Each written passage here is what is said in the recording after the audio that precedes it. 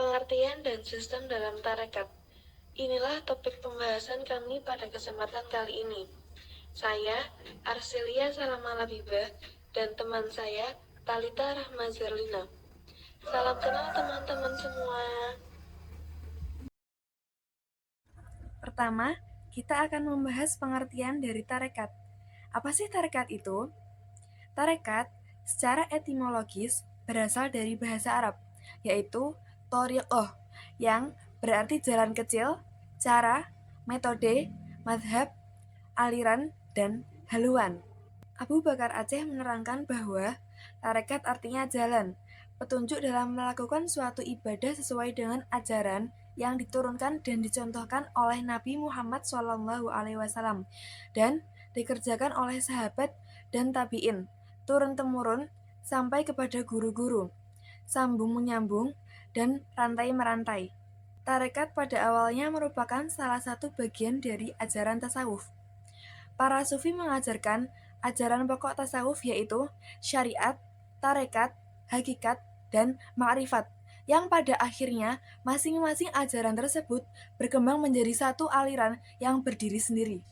Tujuan tarekat itu sendiri adalah membersihkan jiwa dan menjaga hawa nafsu untuk melepaskan diri dari berbagai bentuk ujub, takabur, riya atau sombong, hubud dunia atau cinta dunia.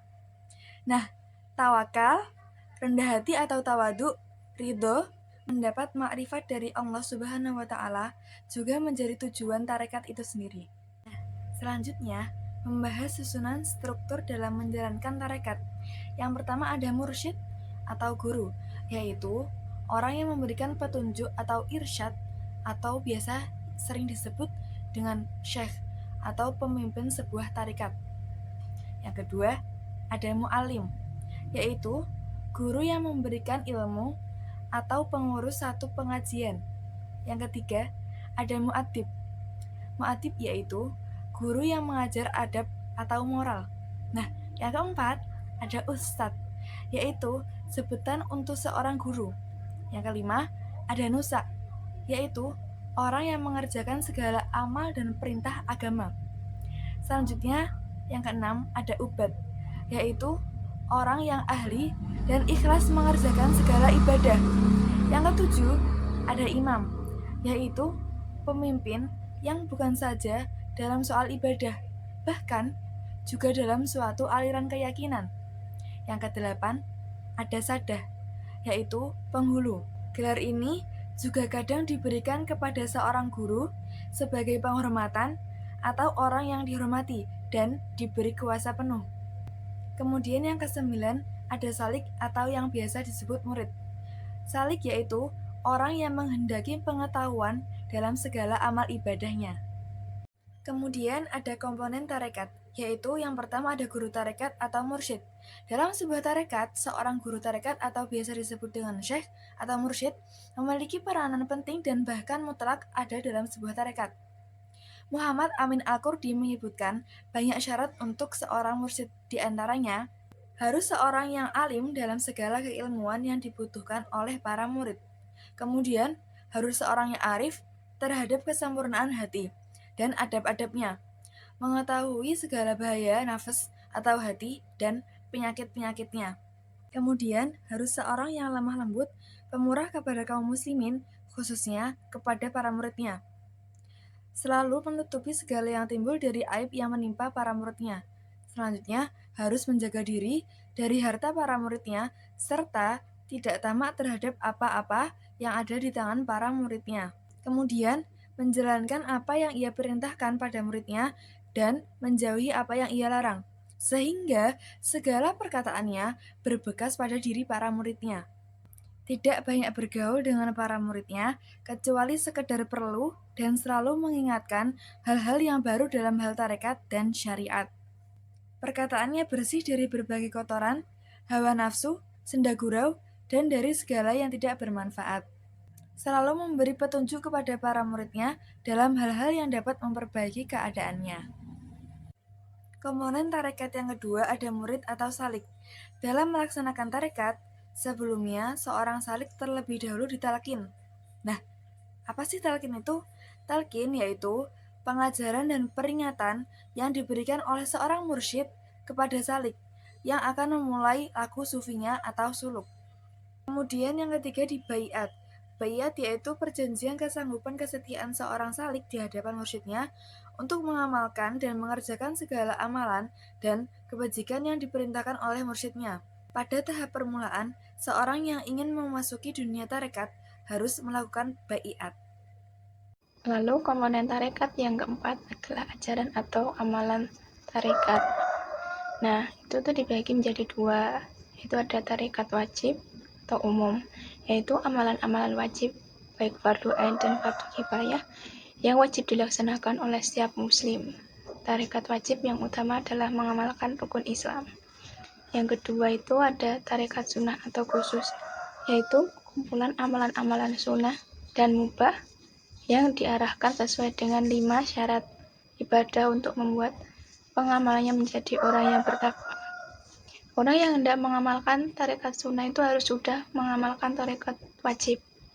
Nah, tarekat sunnah ini disusun oleh seorang guru atau mursyid untuk diamalkan oleh murid-muridnya dan pengikutnya, dan tidak boleh diamalkan oleh orang di luar tarekat atau pengikut tarekat lain. Isi dari tarekat sunnah ini tidak tetap, tergantung keadaan zaman tarekat tersebut dan juga keadaan sang murid atau pengikut. Nah, contoh tarekat sunnah ini seperti sholat sunnah, membaca Al-Quran, puasa sunnah, wirid, zikir, dan lain sebagainya.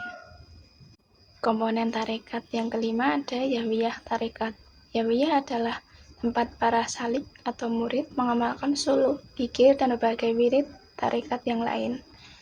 Nah, munculnya yahwiyah ini tidak terlepas dari kebiasaan kaum sufi ya, dalam mengembara dari satu tempat ke tempat yang lain. Nah, dari kebiasaan tersebut terbentuklah pusat-pusat kegiatan kaum sufi di berbagai kawasan dunia Islam. Pembahasan selanjutnya adalah tentang kode etik tarekat. Nah, tarekat sebagai suatu organisasi memiliki mursyid dan murid. Dalam tradisi tarekat, otoritas mursyid atau guru terhadap murid sangat dominan sehingga ia dapat membentuk karakter muridnya sesuai dengan sasaran yang ingin dicapai. Nah, kode etik bagi murid itu ada beberapa hal penting. Antara lain itu ada yang pertama, ketaatan dan kepatuhan kepada guru secara utuh, baik sewaktu berada di lingkungan privat maupun di tempat lain. Lalu yang kedua itu menjaga dan mengawal kehormatan guru, baik sedang berhadapan maupun berjauhan, semasa guru hidup maupun sudah meninggal. Lalu yang ketiga itu murid dilarang membantah ajaran guru walaupun bertentangan dengan pendapatnya. Apa ajaran guru harus diikuti. Selanjutnya ada juga menurut Rifai Siregar, setiap murid diharuskan mengikuti aturan dasar tarekat, antara lain wajib mempelajari syariat Islam sedaya mampu, baik yang berkenan dengan akidah, ibadah maupun muamalah. Nah, yang kedua itu tidak boleh mencari-cari keringanan dalam beribadah. Yang ketiga, mengisi waktu dengan wirid dan doa sebanyak mungkin agar selalu ingat pada Allah. Terus yang keempat itu mengendalikan hawa nafsu, karena hawa nafsu dapat merusak kesucian jiwa. Dan yang terakhir itu menghindari segala sesuatu yang dapat merangsang hawa nafsu, karena dorongan hawa nafsu itu lebih banyak ke arah yang tidak baik. Rifai Siregar juga menjelaskan bahwa murid itu mempunyai tugas pokok yang tidak boleh diabaikan. Yang pertama itu tetap memelihara ketakwaan kepada Allah dengan melaksanakan kewajiban dan meninggalkan larangannya. Yang kedua itu beramal dengan segala macam amalan yang dapat menyempurnakan kesucian jiwa. Lalu ada yang ketiga itu senantiasa bersikap warok atau hati-hati dalam setiap tindakan. Lalu yang keempat itu ada bergaul dengan orang-orang soleh dan ulama, lalu berusaha menjauhi orang yang hanya mengejar kenikmatan duniawi semata. Lalu selanjutnya itu ada senantiasa berakhlak karimah dan sopan santun terhadap sesama. Selanjutnya ada efisien dalam penggunaan waktu, menjaga diri agar selalu dekat dengan Allah atau muraqabah, dan ikhlas dalam melaksanakan pekerjaan, serta senantiasa berusaha meningkatkan kepekaan hati dan menjauhkan diri dari apa yang mungkin dapat mengotori jiwa dengan selalu menyadari bahwa dunia ini adalah persinggahan sementara. Tujuan akhir perjalanan adalah akhirat. Selanjutnya ada bahasan terkait tipologi tarekat.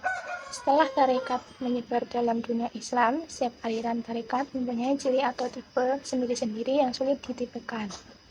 Nah, yang pertama itu secara sederhana, lihat dari kemunculannya. Ada dua kecenderungan sufistik, yaitu ada dua tokoh terkenal, bernama Abu Al-Qasim Junaid yang dikenal dengan aliran Iraki, dan Abu Yazid Al-Bustami yang dikenal dengan aliran Khurasan.